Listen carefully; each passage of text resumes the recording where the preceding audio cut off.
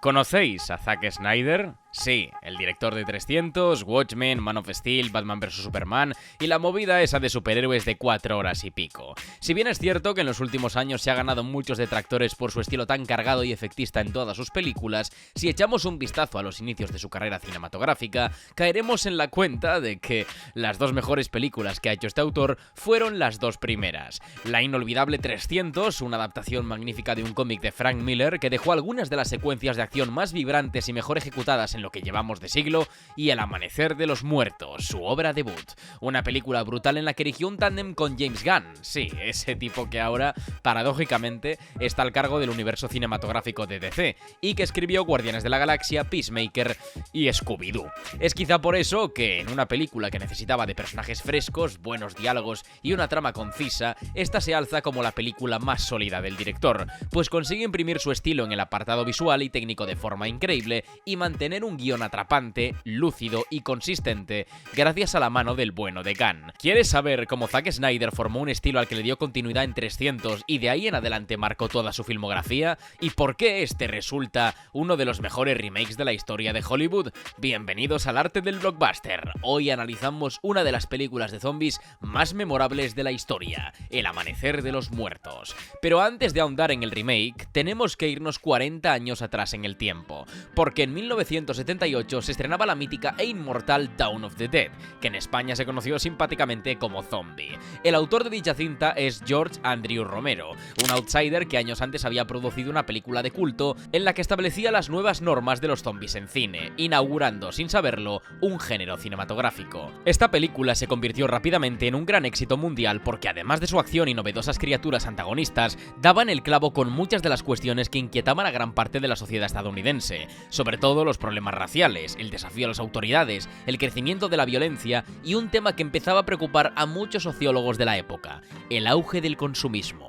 Romero representaba de forma maravillosa este problema estableciendo el escenario principal de la obra en un centro comercial, que servía al principio como una especie de jardín del Edén y que con el tiempo se convertía en una prisión vacua e insustancial. Si bien la cinta de Romero está muy acertada en su análisis social y político de Estados Unidos en aquel entonces, vehiculando a las mil maravillas su discurso mediante el apocalipsis zombie, con los años se le empezaron a ver las costuras. El estallido de la nueva corriente del subgénero de zombies aupó el remake, que por cierto, tenéis mi vídeo analizando esta corriente en el canal. Empleando Canadá como el lugar de filmación y con un guión de James Gunn y un director de publicidad y videoclips debutando en la gran pantalla en una producción de Universal Pictures, se dio pistoletazo de salida a la nueva Amanecer de los Muertos. A pesar de ser un remake, hay muchas diferencias entre la película original y la de Snyder, pero este último consigue mantener la esencia de la obra de Romero sin pisotearla. De hecho, en muchos aspectos, consigue mejorarla. Para empezar, por los zombies. Esto fue algo muy criticado en la época del estreno, sobre todo por el propio Romero, y es que el hecho de que las criaturas que eran zombies en esta película corrieran mucho e incluso uno solo de ellos pudiera ser una amenaza letal para cualquier personaje, contradecía la esencia de sus zombies.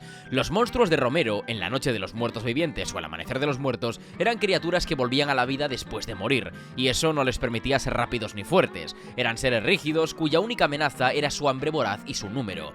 Eso permitía que los personajes pudieran superarlos corriendo y solo podían ser vencidos en una situación que pudiera complicarse por una gran aglomeración de zombies. Y estoy de acuerdo con Romero. Estos no son zombies, son infectados.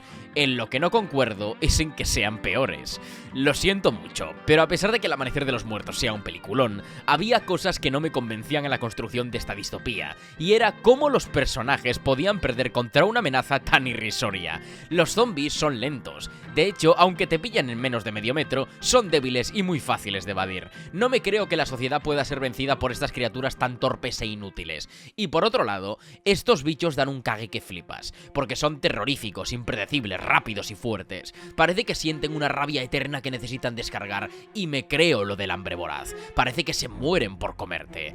Yo veo esta película y siento que el ser humano puede ser derrotado por una amenaza de este calibre. Hay poco espacio para la esperanza, y en algunos momentos llega a ser agobiante. Por ello, prefiero la versión de Snyder. Pero bueno, no vengo a hacer un listado de cosas que son mejores en el remake. Eso lo iré mencionando a lo largo del análisis, porque si hacemos un combate 1 versus 1, la de Romero pierde, pero simplemente por esa introducción con Johnny Cash después del prólogo. La introducción del Amanecer de los Muertos te mete en esa realidad de forma cruda, casi como si no pudieras detener la inmersión. Y Snyder añade una capa de subtexto a la obra de forma subliminal, y es la religión.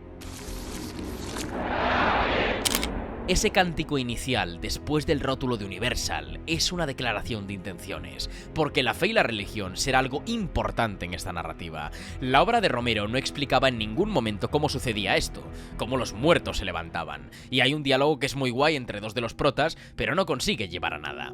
Aquí no se dan explicaciones al virus, no se sabe de dónde viene, y podemos especular, a pesar de saber que es una enfermedad pandémica. Y el rezo musulmán es una imagen acompañada de un sonido muy potente.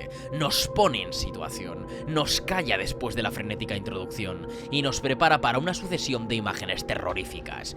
Y son terroríficas porque están grabadas en formato mockumentary, como si lo que observáramos fuera una recopilación documental de hechos que están sucediendo en el mundo, de cómo esta infección ha conseguido devorarnos a todos, la incertidumbre del gobierno ante estos casos, los soldados disparando de forma desordenada frente a la Casa Blanca y una canción que ambienta el apocalipsis. The Man Comes Around, de Johnny Cash. Además de ser una de las últimas canciones compuestas por Cash y tener su estilo en cada nota, este tema habla de un asunto en concreto, y es la segunda venida de Cristo en el marco del apocalipsis. De hecho, muchísimos de los versos y elementos presentes en la canción son extraídos directamente de este capítulo del Nuevo Testamento. Es más, la canción comienza con una lectura exacta del Apocalipsis de San Juan, narrando la llegada del primer jinete del Apocalipsis, y esta finaliza con la narración que atestigua la llegada del último jinete, la muerte.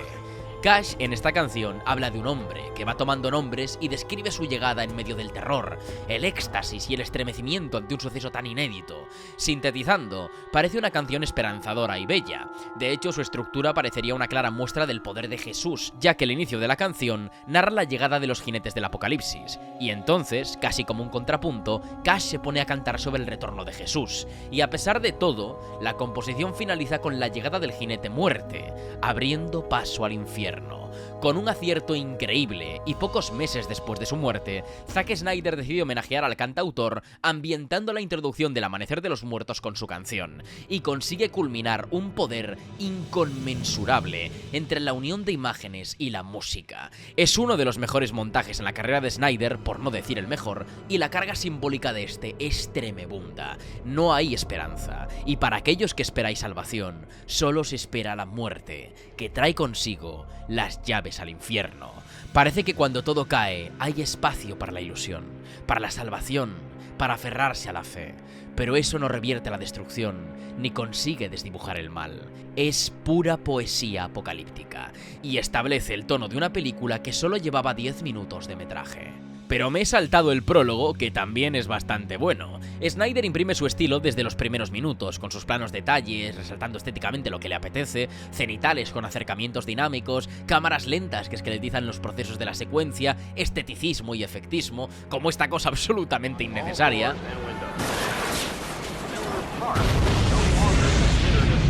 Que sí, que lo es, pero es parte del encanto de Snyder. De un día para otro se ha desatado el apocalipsis y vemos fuego por todas partes, una ambulancia atropellando a un buen vecino, explosiones por toda la ciudad. En este sentido me encanta porque capta la esencia de Romero fantásticamente bien. En la distopía original, el mundo no se va al carajo por culpa solo de los zombies, sino también por el egoísmo del ser humano, nuestro innecesario materialismo y la incapacidad de establecer un frente común ante una amenaza de estas características, así como el escepticismo ante la ley y el orden.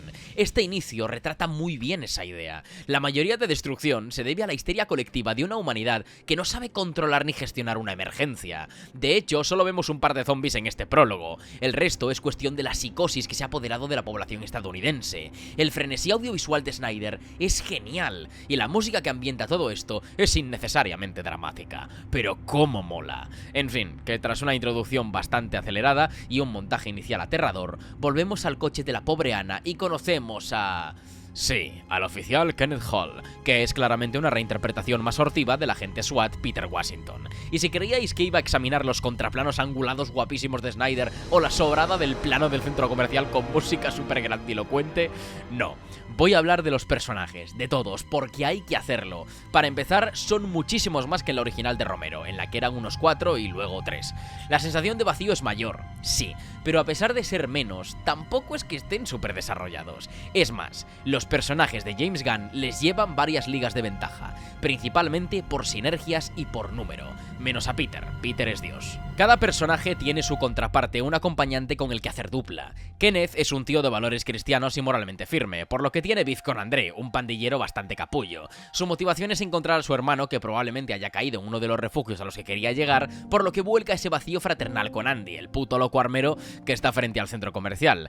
André, como parte de Kenneth, tiene a su esposa, y esa es su dupla, sí, tampoco es que sea demasiado complejo, aunque lo que esconde es un arrepentimiento por todo el mal que ha hecho, y esa redención que tanto busca la ve presente en el hijo que espera a su mujer, por lo que es bastante comprensible ese desenlace. Por la parte de Anna, como protagonista y eje neurálgico, no tiene una contraparte, al igual que Michael, así que Gunn hace que ambos se enamoren, pues rellenan entre sí el vacío de mujer y marido, así como el de padres respectivamente. Y sí, como son los protas, son los personajes más aburridos. Que por cierto, la actriz que interpreta a Anna es Sarah Polley, sí, la que ganó el Oscar a Mejor Guión Adaptado por Women Talking. Peliculón, tenéis que verla. Siguiendo con nuestro pintoresco grupo, tenemos a Steve, el ricachón cabrón inútil que en el apocalipsis tendría que perder el poder, pero a eso llegaremos después porque Gunn consigue darle un propósito muy interesante.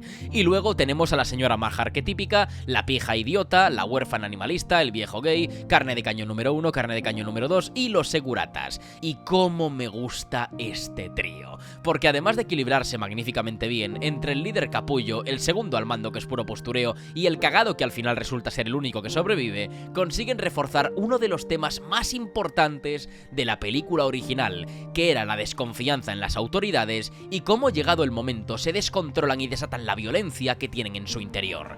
Si mañana el mundo se fuera a la mierda, los primeros que querrían formar su propia dictadura militar serían los malditos guardias de seguridad. A medio camino entre ser policías y dependientes de videoclub, los seguratas tienen una frustración: no haber sido fuerza o cuerpos de seguridad del Estado, por lo que, llegado el momento, pagarían ese sueño frustrado queriendo convertirse en algo más importante que simples guardias de seguridad. Esto no está presente en la película original y me parece una síntesis maravillosa. Se nota que Terry, el más cagón, es un enchufado que no tiene nada de maldad y que entiende el significado de su ridículo trabajo, que es ser el protector de un jodido centro comercial. Por otra parte está Bart, que es un bocazas y un chulo en una posición de poder, y luego CJ, un tipo con complejo de coronel que se cree que tiene la polla más grande del lugar. Y sí, es a donde nos ha llevado el apocalipsis. Son unos personajes increíbles y que al final resultan tener su pequeño arco y utilidad en la historia. Algo que me encanta de esta película es que Gunn es perfectamente consciente de lo que está escribiendo. Sabe que no está haciendo la Capilla Sixtina de la cinematografía y utiliza cada segundo para estereotipar a todos los personajes que forman parte de este escenario apocalíptico. Y es esa frescura e inmediatez, por definirlos, que consigue que los conozcamos en apenas 2 frases, lo que da pie a una trama bien compactada, con una mezcla entre la tragedia que encierra el conflicto de la obra y la comedia que consigue desatar Gunn cada vez que un diálogo se lo permite. Y eso es algo que también me encanta de esta película, debido a que los diálogos son los justos y necesarios. A decir verdad, se omiten montones de ellos porque serían inútiles y no aportarían nada, dando espacio a la acción, a la sensación de paso del tiempo y al desarrollo del subtexto temático.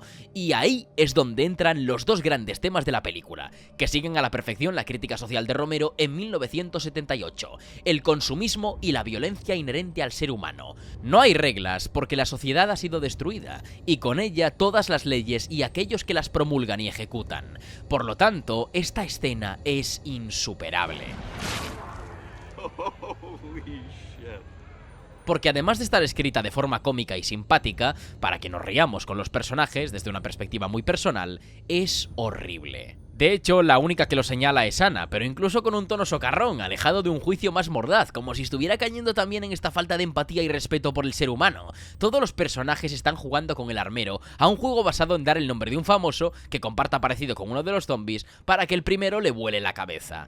Parece que todos lo han olvidado, pero esos son personas. Hasta el puñetero policía se ha sumado a esta cacería inhumana y cruel. De hecho, puede que hasta fuera su idea. Cuando no hay normas ni ojos ajenos que nos juzguen, nos dejamos llevar por los instintos más básicos. Pero eso no quiere decir que los personajes se libren de su sociedad materialista, porque sí, ahí entra el otro punto. Han olvidado las normas que juzgan el homicidio, el derecho a la dignidad y la vida, pero no se deshacen del materialismo que inunda su día a día. Mediante un montaje excepcional con una cover de Richard Cheese, que es un tipo que hace versiones de canciones metal y rock, pero en formato swing y blues, podemos ver cómo todos los personajes se aferran a actividades y posesiones que en un mundo funcional tendrían valor, mientras que en el apocalipsis resultan fútiles. Es una forma de evadirse de la situación que pasan, pero también está presente en los juegos. El de los disparos está basado en matar zombies que se parezcan a celebrities. Todos se están aferrando a una idea social del consumo que también involucra a los medios de entretenimiento. Pero el colmo de los colmos es la solución para escapar que utiliza el grupo. Steve, el ricachón al que no habría dudado en matar 7 veces si me encontrara con él encerrado en un centro comercial y el cual no aporta nada en toda la historia, tiene las llaves de un barco que tiene atracado en el puerto de la ciudad. A todos se les ocurre que es buena idea huir en el barco de este tío a una isla remota e intentar sobrevivir aislados de los zombies. El problema es que nadie intenta, ni por medio segundo, arrebatarle las llaves. Nadie pelea con él para que se las dé. Es más, él se aprovecha de esta pertenencia para no hacer nada y se jacta de ser el dueño del barco. Sería fácil arrebatárselas y mandarlo a la mierda. Todos lo desprecian ahí dentro. Pero no ocurre. ¿Por qué? Porque en su ideario materialista y basado en el estatus económico, Steve está por encima de ellos. No ejercen su violencia porque, como rico, toleran su posición de poder.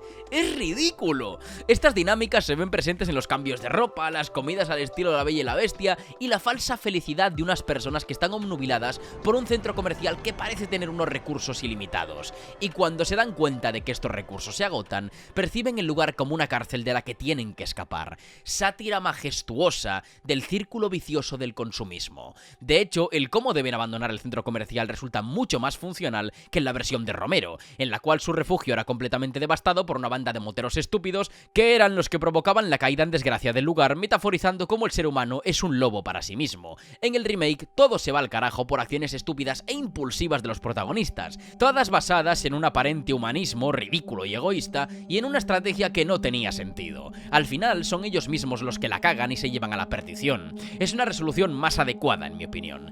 Es prodigioso cómo Snyder y Gunn consiguen captar todo el subtexto de Romero y le añaden capas. Es más, lo hacen menos evidente y lo condensan mucho mejor. Pero quiero hablar de la ambientación, porque hay muchas cosas que comentar en este aspecto. La película resulta muy agria y muy oscura y contrastada.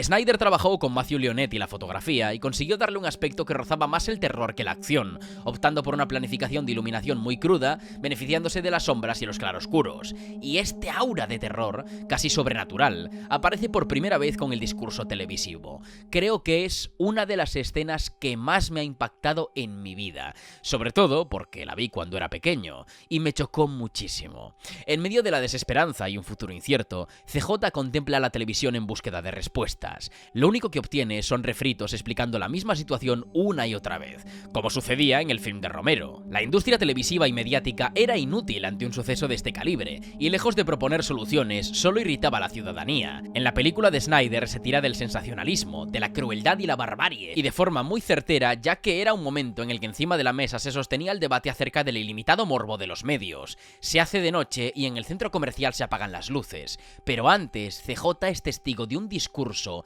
que le hiela la sangre. A través de Ken Foree, quien había encarnado al protagonista de la original, un exaltado fanático religioso, aparentemente conservador, explica a la audiencia, sin dudarlo un instante, sin titubeos, que el apocalipsis zombie es consecuencia de nuestros pecados. Snyder muestra a CJ, inmóvil ante la televisión, y durante un momento, sin dar un subjetivo de ubicación, establece un plano contra plano entre la televisión y el personaje, como si ambos estuvieran teniendo una conversación. Mientras a CJ lo mantiene en un plano con un zoom in muy ligero y elegante, el promulgador de la televisión obtiene un zoom in deformante y obsceno, que lo acerca no solo al personaje, también al espectador, y lo interroga, además de incomodarlo, de forma incisiva. La capa de religión que quería añadir Snyder aquí se sublima de forma extraordinaria. Si escucháramos este discurso un día normal de nuestras vidas, nos reiríamos de este hombre. Lo mínimo que le diríamos sería pobre loco y demás lindeza, sería el hazmerreír de la audiencia. Pero en mitad de un apocalipsis sin respuestas, brilla como un auténtico profeta. El discurso discriminatorio y punitivo consigue calar en CJ, un tipo que ha demostrado fuerza y determinación, incluso seguridad.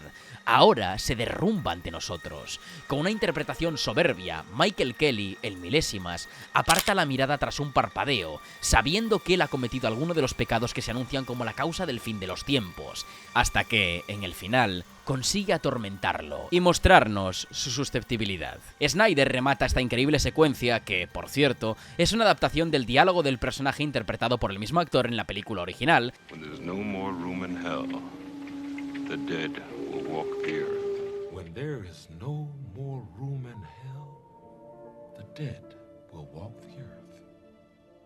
Con las luces de Metrópolis apagándose agresivamente, con una música deprimente pero sutil, como un dulce veneno que culmina con los gritos y gruñidos de los zombies apelotonándose en el exterior, acechando eternamente en la oscuridad. Esto es lo que hace superior a la película de Snyder por sobre la de Romero. La sensación de inseguridad, de incapacidad de hacer frente a la amenaza, de terror en cada segmento. En muchas ocasiones la acción de Snyder es un trabajo de generación de tensión que se sublima en un momento súper intenso y frenético, lo que le da un aspecto muy diferente a la de Romero, y consigue captar la esencia terrorífica de su primera película, La Noche de los Muertos Vivientes. Por otro lado, la acción estilizada le da una forma al metraje muy moderna, sobre todo acompasada con la moda de principios de los 2000, con detalles a cámara lenta que precedían un clímax rítmico y seguimientos a plano medio, como simbolizando la amenaza persecutoria de los muertos. En general, la fotografía de esta película es muy importante para entender la carrera de Zack Snyder, porque luego replicó esta fotografía de contraste con sombra muy salvaje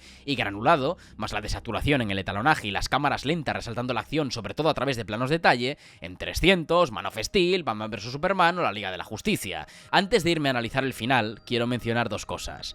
Una, la pastelera que quería cepillarse Bart y que menciona al principio de la peli aparece más adelante cuando CJ está arrastrando a Tucker por las alcantarillas y yo qué sé, ese detalle me flipa. Y segundo, la subtrama de Andy, el dueño de la armería que quieren salvar antes de que se dé el clímax de la película, se desarrolla mucho más en el Blu-ray de la peli, ya que entre los extras hay un material de 17 minutos que muestra el mes que transcurrió desde que los personajes llegan al centro comercial hasta que este muere. Y en ese metraje extra se ahonda en su personaje, sus conflictos y la desesperación ante el apocalipsis. Miraoslo, no tiene desperdicio. Por otro lado, el Blu-ray también contiene extras inéditos como los reportajes de televisión y noticieros informando acerca del estallido de la infección. Son algunos de los extras más completos que he visto en mi vida, aunque nada iguala a los de Shrek 2. Esta subtrama es un pequeño homenaje a la amistad de la peli original entre Pete y Roger, en la que el propio Pete tiene que matarlo cuando se convierte con mucho dolor interno. Aunque también podría interpretarse como homenaje a esa escena, el momento en el que Kenneth asesina a Frank. Dura esta escena, ¿eh? Pero en fin, yéndonos al final, esta escena mola kilotones.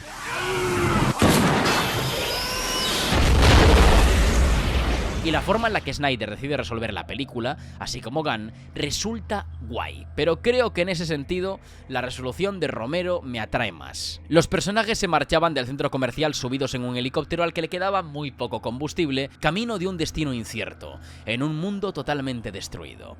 Era una pequeña victoria, pero ¿a qué precio y con qué fin? En el caso de Snyder, decide salvar a 4 de sus personajes, 2 de los principales, mientras Michael debe acabar a sangre fría con su propia vida, simbolizando el eterno bucle de pérdida en el que entrarán a partir de ahora, porque no hay reconstrucción posible, solo muerte. Lo simboliza claramente esa humareda y desperdicios en el fondo del plano, pero en el barco vemos no una, sino 2 veces la bandera de Estados Unidos ondeando, por lo que Snyder da espacio para la salvación, para el optimismo por un futuro que pueda derrotar a este apocalipsis. Súper estereotípico. El giro que decide dar a la historia después de los créditos es que llegan a una isla y en esta también hay zombies, por lo que acaban falleciendo todos miserablemente. Había un final alternativo, que era uno en el que llegaban a la isla, estaba desierta, pero al final no conseguían subsistir ni escapar a la muerte, por lo que quedaba un final trágico, pero no tan seco y bestia como el que dejaron finalmente. Me gustó mucho más la incertidumbre con la que abordó Romero el final de su obra, porque por lo menos no se adelanta a aniquilar a sus personajes, sino que incide en el pesimismo de su mundo y del progreso de la raza humana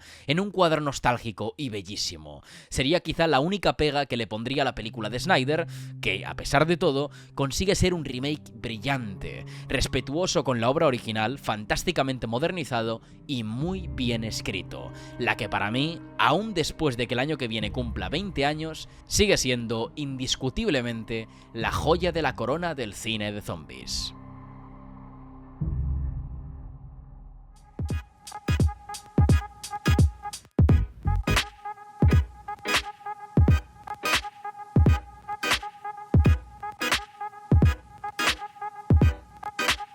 Hasta aquí hemos llegado. Segundo análisis seguido de Zack Snyder. Muchos van a pensarse por aquí que soy Snyderita o algo, así que ya paro.